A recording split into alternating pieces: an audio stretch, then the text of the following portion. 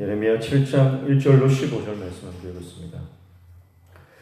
1절부터 7절까지 하나님께서 유다 백성들에게 경고와 약속을 동시에 하고 계십니다. 1절에 여호와께로부터 예레미야에게 말씀이 임하니라 이르시되, 하나님의 말씀이 예레미야에게 임하여서 그 말씀을 선지자가 대언하고 있습니다. 2절에 너는 여호와의 집 문에 서서 이 말을 선포하여 이르기를, 여호와께 예배하러 이 문에 들어가는 유다 사람들아 여호와의 말씀을 들으라, 이렇게 말씀합니다. 여호와께 예배하러 이 문으로 들어가는, 그러니까 지금 성전을 말하는 거죠. 예루살렘 성전을 말하는 것입니다. 예루살렘 성전에서 예배하는 유다 백성들을 향해서 하나님께서 경고의 말씀을 하시는데, 3절에 보시면 만군의 여호와 이스라엘의 하나님께서 이와 같이 말씀하시되 너희 길과 행위를 바르게 하라, 그리하면 내가 너희로 이곳에 살게 하리라, 이렇게 말씀합니다. 하나님께서 요구하시는 것은 예배의 행위, 종교적 행위가 아니라 바로 길과 행위를 바르게 하는 것입니다. 4절에 너희는 이것이 여호와의 성전이라 여호와의 성전이라 여호와의 성전이라 하는 거짓말을 믿지 말라, 이렇게 말씀하죠. 사람들은 예루살렘 성전을 향해서 이것이 여호와의 성전이다, 당연하죠. 그들이 생각할 때 이것은 여호와의 성전이 맞습니다. 그래서 그들은 확신에 차서 말합니다. 3번 반복하는 것은 강력한 확신, 강조하는 것이죠. 그러나 하나님은 그것이 거짓말이다라고 말하는 거죠. 더 이상 예루살렘 성전이 하나님이 계시지 않는 곳이다. 그래서 성전이 아니다. 그건 거짓말이다. 5절에 너희가 만일 길과 행위를 참으로 바르게 하여 이웃들 사이에 정의를 행하며, 6절 이방인과 고아와 과부를 압제하지 아니하며 무죄한 자의 피를 이곳에서 흘리지 아니하며 다른 신들을 뒤를 따라 화를 자초하지 아니하면, 그렇게 말합니다. 앞서서도 3절에 길과 행위를 바르게 하라 말씀했고요. 5절에도 길과 행위를 참으로 바르게 하라. 성전이라고 하는 그 거짓말을 믿지 말고 앞에서도 길과 행위, 그 뒤에도 길과 행위를 참으로 바르게 하라고 하면서 하나님이 요구하시는 것은 그 성전에서 자행되고 있는 거짓들, 그리고 모든 포갑과 또 압제, 무죄한 자의 피를 흘리는 그런 일들을 그치고 하나님께서 원하시는 정의를 행하라. 삶의 예배를 받으시는 하나님께서 더 이상 건물과 형식과 제도를 중요하게 여기시지 않으심에 대해서 말씀하고 있는 것입니다. 성전이 성전되려면 하나님이 계셔야 되고, 그리고 하나님의 백성들이 하나님이 인정하시는 삶을 살아야 된다, 그렇게 말씀하고 있는 것입니다. 건물은 교회가 아니죠. 건물은 교회가 아니고 그 모이는 사람들이 교회입니다. 하나님을 믿는 사람들, 예수 그리스도를 구주로 고백하는 사람들이 모인 공동체가 교회입니다.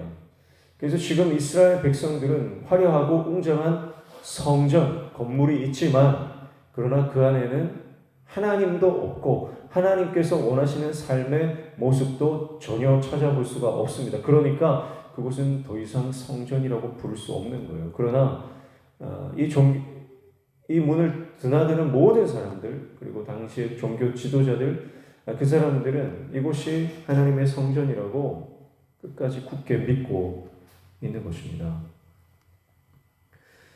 8절부터 11절까지 또 한 단락인데요. 8절에 보시면 보라 너희가 무익한 거짓말을 의존하는도다.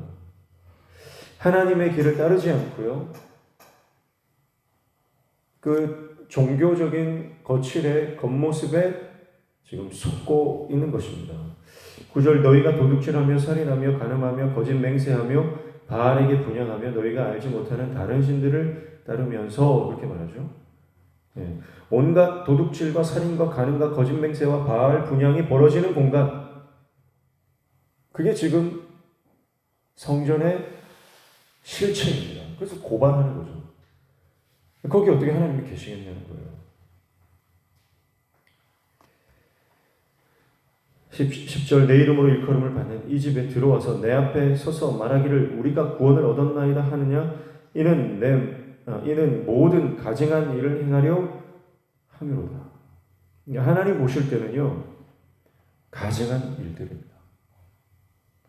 아무리 그들이 이 성전에 와서 구원을 노래하고 하나님을 예배하는 것처럼 보여도 실상은 하나님 보시기에 아주 혐오스러운 것들입니다. 하나님의 임재와 성령의 역사를 바란다고 내 입술로 고백한다고 해도요 내 안에 있는 더러운 것을 그대로 놔둔 채 하나님의 임재를 경험할 수 없는 것입니다. 내가 하나님을 사랑한다 말하면서 여전히 세상을 사랑하고 세상의 온갖 더러운 것들을 그대로 방치해 둔다면 나는 하나님을 사랑한다는 그 말이 거짓일 수밖에 없다는 거예요. 11절 내 이름으로 일컬음을 받는 이 집이 너희 눈에는 도둑의 소굴로 보이느냐? 보라 나 곧 내가 그것을 보았노라 여호와의 말씀이니라. 결국 하나님께서 보실 때는 성전이 아니다. 도둑의 소굴이다. 이렇게 말씀하고 있는 것이죠. 결국 그들은 하나님의 영광을 탈취하는 도둑이고 하나님께서 보실 때는 예배자가 아니다. 12절 너희는 내가 처음으로 내 이름을 둔 초소 실로에 가서 내 백성 이스라엘의 악에 대하여 내가 어떻게 행하였는지를 보라. 그렇게 말씀하죠. 그래서 12절부터 15절까지는 실로를 예로 드시면서 그들의 영적 상태를 꾸짖고 있습니다. 실로는 북이스라엘에 속한 처음 그 성막이 오랫동안 수백 년 동안 거했던 그런 장소입니다. 오늘 말씀에 보면 하나님의 이름, 내 이름을 둔 초소 이렇게 설명하고 있습니다. 예루살렘 성전이 지어지기 전에 모든 예배는 이 실로에서 행해졌습니다. 그래서 이 실로는 이스라엘의 종교적 중심지였죠. 그리고 이곳은요 이스라엘 12지파에게 땅을 분배했던 그런 의미 있는 장소입니다. 그래서 그곳에 성막을 설치해두고 그곳에서 하나님을 예배했던 그런 의미 있는 장소죠. 거기에는 법궤가 있었고요. 그리고 이스라엘의 위대한 선지자인 사무엘이 그곳에서 태어나고 자라고 이스라엘의 위대한 영도자로 성장한 곳입니다. 한나는 실로에서 기도하여 사무엘을 낳았죠. 그러나 북이스라엘은 주전 722년에 멸망하고 말았고 실로도 파괴되었습니다. 예레미야가 활동할 당시 그곳은 더 이상 성막이 있었던 곳이라고 불리기 힘들 만큼 폐허가 되었던 것이죠. 그래서 실로라고 하는 것은 처음에는 영광스러운 땅이고 영적으로 굉장히 의미 있는 땅이었다라고 불려졌지만 그러나 이제는 하나님에 대한 불신을 보여주는 대표적인 예로서 등장하고 있음을 보여주고 있습니다. 이걸 보라는 거예요. 실로라고 하는 것도 결국 불순종하고 하나님을 떠났을 때에 그것은 파괴되고 말았다. 그렇다면 지금 남유다에 속한 이 예루살렘 성전도 마찬가지 아니겠느냐? 그것을 말씀하고 있는 거예요. 그래서 13절에 여호와의 말씀이니라 이제 너희가 그 모든 일을 행하였으며 내가 너희에게 말하되 새벽부터 부지런히 말하여도 듣지 아니하였고 너희를 불러도 대답하지 아니하였느니라. 이스라엘의 죄는 뭡니까? 하나님이 말해도 듣지 않는 것, 또 불러도 대답하지 않는 이 불순종, 거역의 죄를 범한 것입니다. 그래서 14절 그러므로 내가 실로에 행함같이 너희가 신뢰하는 바 내 이름으로 일컬음을 받는 이 집 곧 너희와 너희 조상들이 준 이곳에 행하겠고 15절 내가 너희 모든 형제 곧 에브라임 자손을 쫓아낸 것 같이 내 앞에 너희를 쫓아내리라 하셨다 할지니라. 거룩한 땅 실로가 멸망해 버린 것처럼 북이스라엘이 아수르에 의해 멸망했던 것처럼 너희가 끝까지 듣지 않고 불순종하고 패역한 그것을 회개하지 않으면 돌이키지 않으면 너희도 결국은 똑같은 운명에 처할 것이다. 그렇게 말씀하고 있는 것입니다. 실로는 안식 또는 휴식처라고 하는 뜻입니다. 그들은 하나님과의 올바른 관계 안에서 진정한 안식과 평강을 누렸습니다. 그러나 하나님이 없는 안식, 그것은 이내 파괴되고 말았던 것이죠. 하나님에 대한 목마름, 하나님에 대한 사랑에 대한 하나님 사랑에 대한 갈증, 그것을 잃어버리고 세상을 갈망하고 세상에 대해서 목말라 하던 이스라엘은 결국 그들 안에서 이 안식을 빼앗겨 버린 것입니다. 예수님 안에만, 하나님 안에서만 우리는 참된 안식을 누릴 수 있고요. 결국 우리의 신앙은요, 내가 정말 하나님을 갈망하는가, 하나님을 향한 타는 목마름이 있는가, 그것이 우리와 하나님의 관계를 증명하는 것입니다. 아무리 화려한 건물이 있고요, 웅장한 성전이 있다 하더라도 내 안에 하나님에 대한 갈망이 없고 예배에 대한 목마름이 없다면 여러분, 하나님께서는 겉으로 보이는, 드러나 있는 모든 신앙의 그 껍데기를 제거하신다는 거예요.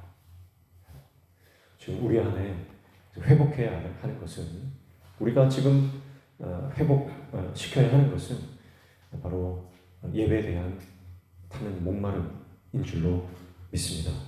이스라엘에는 화려하고 웅장한 건물만 있지 하나님을 향한 갈망은 사라져 버린 것이죠.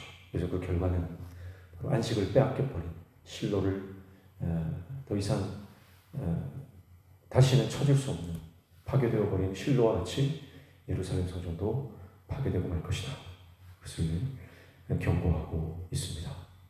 오늘 이 말씀, 나에게 주시는 말씀으로 받아 내 안에 껍데기만 남은 모습인지, 신앙인지, 아니면 정말 하나님을 예배하고자 하는 목마름과 갈망으로 내 안이 채워져 있는지 점검하는 저와 여러분 되시기를 축복합니다.